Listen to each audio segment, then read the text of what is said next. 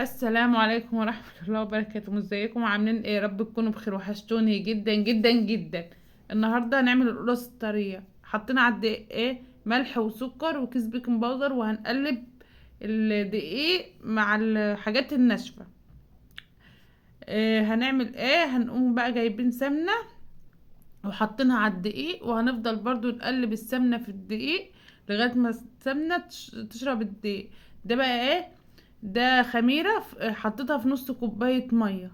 مش انا يا بنات اللي كنت بعملها، كنت عند اختي وهي اللي كانت بتعمل. برضو هتفضل تعجن، هتلفه بالمعلقة.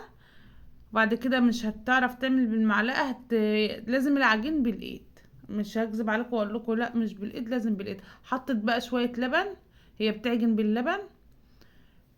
وهتعجن بقى بايدها، لان العجين مهما اقول لكم مش بالمعلقه مش هينفع، هو لا بالايد لا بالعجان.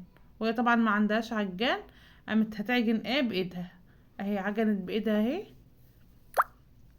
وفعلا كانت القرص طعمها تحفه، وفي الجو الساقع ده عايز حاجات سخنه. هتفضل تعجن بقى لغايه برضو في الطبق مش تعرف تعجن، هتقوم اخدها الرخامة طبعا نظيفة، هتفضل تعجنها على الرخامة. هي هنا العجينة كانت عايزة لبن تقريبا، ما عندهاش لبن، زودتها شوية مية. وهتعجنها بقى تاني، هتلفها لفتين كده في الطبق، وبعد كده هتاخدها على الرخامة. هتبسها شوية هتعجنها شوية على الرخامة.